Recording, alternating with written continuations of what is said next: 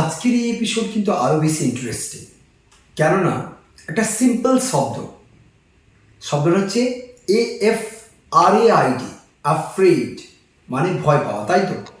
I am afraid of rains, I am afraid of dogs.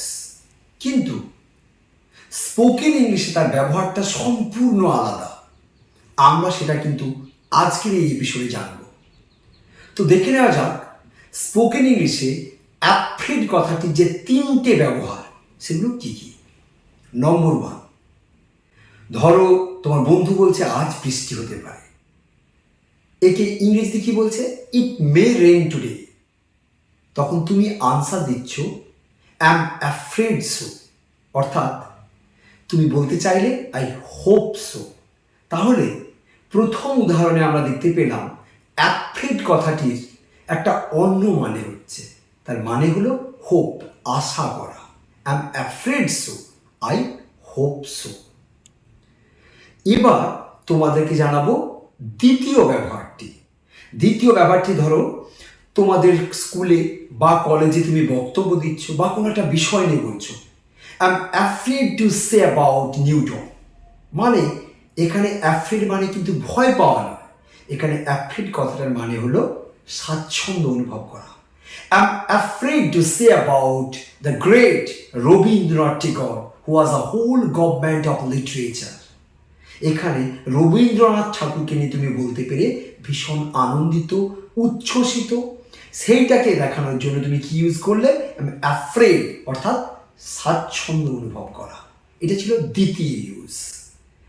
R afraid এই শব্দটির তৃতীয় ব্যবহারটাও তোমাদেরকে জানতে হবে, কেননা you are all spoken English learners, so you must have to show off your calibre, your skill, your talent. তো সেটা আমরা থার্ডটাতেও জেনে নেব। থার্ড ইউসেজটা হলো স্পোকেন ইংলিশের ক্ষেত্রে, ধরো তুমি কোনো একটা ব্যাংকে গেছো, ব্যাংকের যে ক্যাশ ডিপার্টমেন্ট বা ওখানে গিয়ে তুমি চেকটা দেখাচ্ছ, চেক তুমি ভাঙিয়ে টাকা নেবে। তো চেকটা তুমি দিয়ে কি বলছো? Would you honour my cheque? তখন ওই ব্যাংক স্টাফ তোমাকে জানিয়ে দিলেন I am afraid to say your cheque cannot be honoured, it is out of date. অর্থাৎ তোমার ডেট কিন্তু ওভার হয়ে গেছে, তুমি যে টাইম স্প্যানটা থাকে একটা চেকের, সেই টাইম স্প্যানের মধ্যে তুমি তো চেকটাকে ফেলাওনি, সেই ক্ষেত্রে তোমার চেকটা উনি কিন্তু ভাঙিয়ে দিতে পারছেন না। তাহলে উনি কিভাবে বললেন? I am afraid to say your cheque cannot be honoured, অর্থাৎ উনি দুঃখের সঙ্গে জানালেন তোমাকে এই চেকটা উনি ভাঙিয়ে দিতে পারছেন না। তাহলে তৃতীয় ব্যবহারটায় কি শিখলাম? অ্যাফ্রেড কথাটার মানে হলো দুঃখের সঙ্গে জানানো। আই এম অ্যাফ্রেড টু সে, এখানে মানে আমি দুঃখের সঙ্গে জানাচ্ছি। এটা ছিল আজকের স্পোকেন ইংলিশের স্পেশাল ম্যাজিক বলতে পারো, যেখানে অ্যাফ্রেড কথাটির মূল যে মানে ভয় পাওয়া, সেখান থেকে কিন্তু সম্পূর্ণ আলাদা করে আরও তিনটে জিনিস শিখলাম। একটা অ্যাফ্রেড মানে আশা করা, দ্বিতীয় অ্যাফ্রেডের ব্যবহার হলো স্বাচ্ছন্দ্য অনুভব করা, আর তৃতীয় অ্যাফ্রেডের মানে হলো দুঃখের সঙ্গে জানানো।